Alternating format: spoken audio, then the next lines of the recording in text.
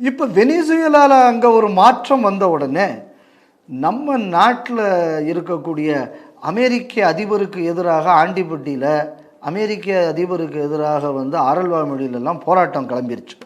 என்னடானா நம்ம ஊரில் இருக்கிற கம்யூனிஸ்ட்கார அம்புட்டு பயல்களும் ட்ரம்ப்புக்கு எதிராக கிளம்பிட்டான்.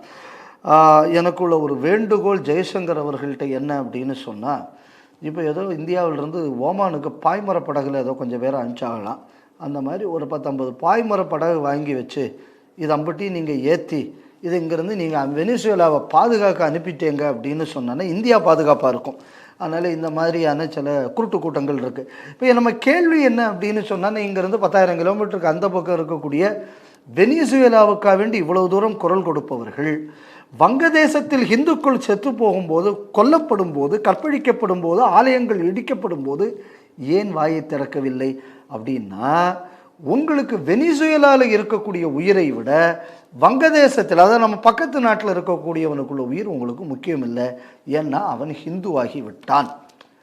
அதனால் இந்த போராட்டங்கக்கூடியது எப்படின்னா இந்த மாதிரியான ஒரு வித்தியாசமான இதுக்குன்னு ஒரு தனி நாமன் கிளேச்சரே இருக்குது.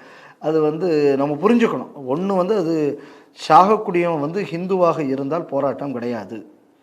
சாகக்கூடியவன் கிறிஸ்தவனாகவோ துலுக்கனாகவோ இருக்கணும். இல்லை அப்படின்னு சொல்லியாச்சுன்னா இந்த 2 இல்லைன்னா கம்யூனிசம், இந்த 3க்கு வேண்டப்பட்டவனாக இருக்கணும். அப்படி இருந்தால் தான் இந்த நாட்டில் போராட்டம் நடக்கும். இதுதான் நம்ம நாட்டில் உள்ள போராட்டத்துக்குள்ள ஒரு கோடு. இந்த கோடை பிரேக் பண்ணணுங்கக்கூடியது கொஞ்சம் கஷ்டமானது. ஸ்ரீதர் வேம்பு கிட்ட தான் கேட்கணும், இந்த பிரேக் பண்ணுறதுக்கு எதாவது டெக்னாலஜி வச்சுருக்காங்களா அப்படின்னு.